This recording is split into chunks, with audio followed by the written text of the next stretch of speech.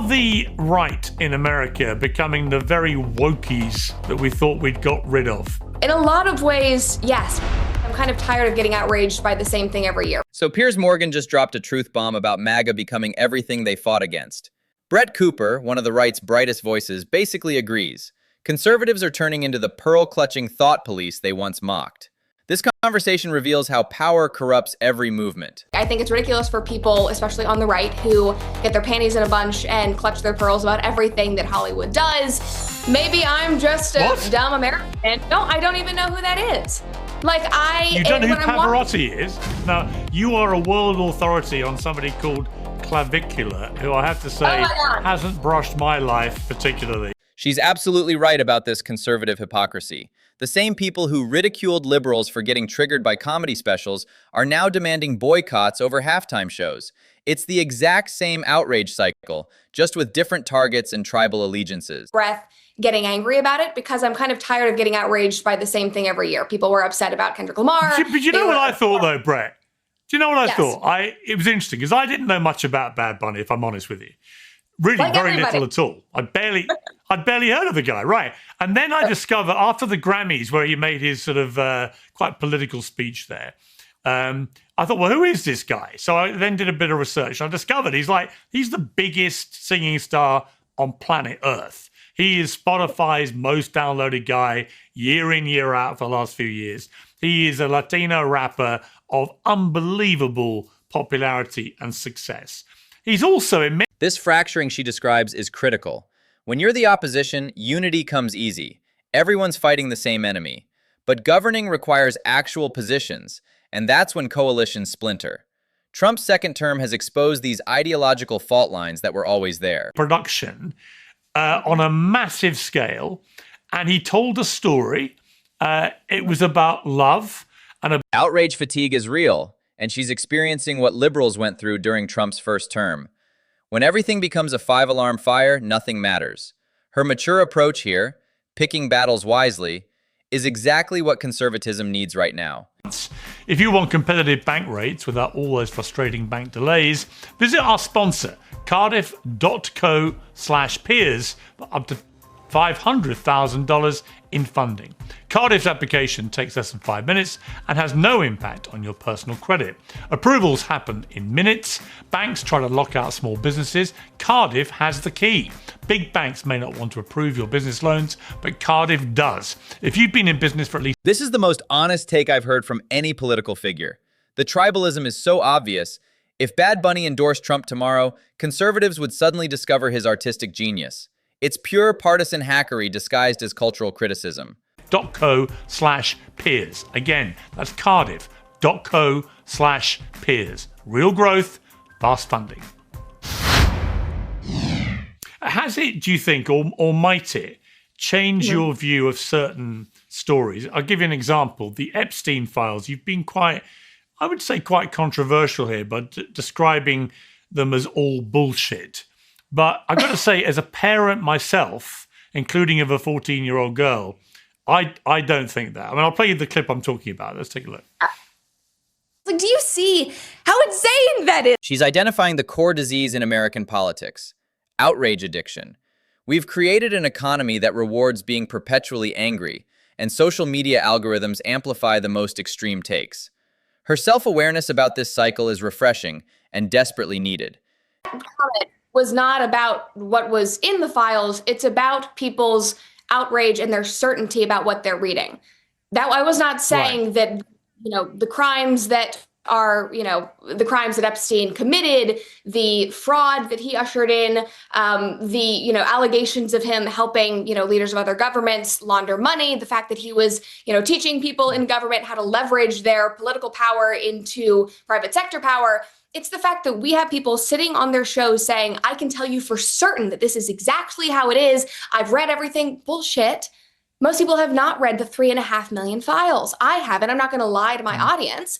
And when we have people saying this confirms that Epstein is Mossad, we have Bibi Netanyahu saying this confirms that he was not Mossad. We have people saying this confirms that Donald Trump, was part of this and was sleeping with young girls, but Donald Trump is saying this absolves him. That is ridiculous. And we're all screaming at each other when guaranteed most people yelling and saying with certainty, I know this, have not read it. That is the part that's bullshit. And I would rather have people be honest. And that disconnect between real life and online discourse is everything. Notice how he casually criticized ICE there, something that would have been conservative heresy 5 years ago.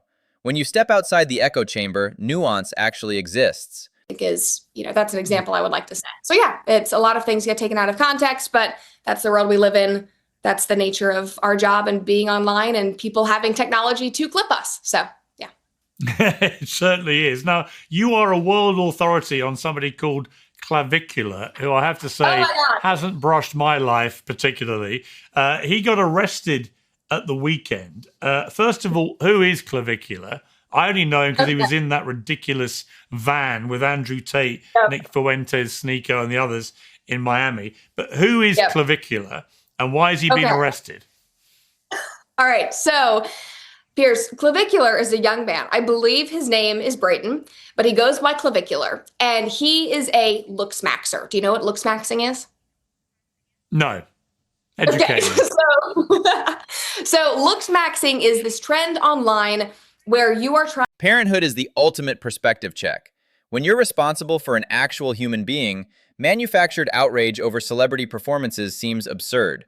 Real responsibilities have a way of clarifying what actually matters in life. Do sometimes if you're watching shows like Too Hot to Handle, those are not teaching you, great values. Those are not encouraging, marriage and family and love and treating people with respect. And so I think it's important to know that, you can consume content that is humorous and entertaining and be aware that it is just that. It is entertainment. It is like watching a movie and you should walk away and be able to go, that's gross behavior. I laughed at it, but be able to distinguish between the two. And that's something that has been a common thread in my content for the last 4 years, is being able to dissect these things that are happening on social media and say, this is what young people are consuming. These are where our jokes are coming from. These are where our attitudes are coming from. Whether you know it or like it or not, this is how we're being influenced. So at least be aware of what you're consuming. Because even though I think the world would be a better place if everybody turned off their phones and stopped watching X, Y, and Z and didn't spend so much time scrolling on TikTok, that's not going to happen. We're all online. No. The progression from normal self-improvement to literal bone smashing shows how social media warps everything. Conservatives getting mad about drag queens while ignoring influencers promoting actual self-harm to teenagers reveals completely backward priorities. With your husband, the father of your young son, but I'm assuming also you won't be going to see Wuthering Heights, the new movie, which opens on Valentine's Day. No, I will not. I'm an English literature major, and I spent most of my time at UCLA focusing on literature from that era, actually. And I love British literature. I revere it. My favorite novel in the world that I spent the most time in school studying is Jane Eyre. So that was written by one of the Bronte sisters. And I just feel like this Wuthering Heights is a crime. She's identifying the real threat here. While conservatives obsess over rainbow flags, kids are watching content promoting drug use and extreme body modification. This is where parental concern should actually focus, not manufactured culture war distractions. So I've got 4 kids. I remember them all being born. But the first time, I always think that moment when you take your first baby home and you open the door to your house and you walk in and you've got this tiny little thing and you suddenly realize it's all on you, right? Yeah. You've left the hospital, you've left all the care there. It's all on, for most people, it's all on you. And this little thing is reliant on you for absolutely everything. And then you realize, my oldest boy is like 32, right? You never stop feeling that about your kids. And it changes you irrevocably, in a great way. It just changes you irrevocably because you ultimately stop being so selfish because these little things, they're relying on you for everything. And they never stop that. And that's the wonder of... The misogyny problem is massive and underreported.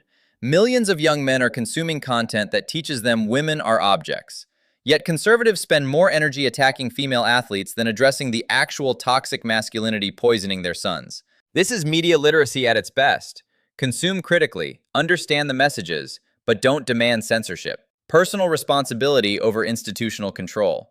It's a fundamentally conservative approach that today's movement has largely abandoned for cancel culture tactics. That biological connection she describes puts everything in perspective. When you're watching your child discover the world, getting outraged over Super Bowl performances seems ridiculous. Real life has a way of cutting through manufactured political theater. She's articulated what conservatism desperately needs: actual priorities.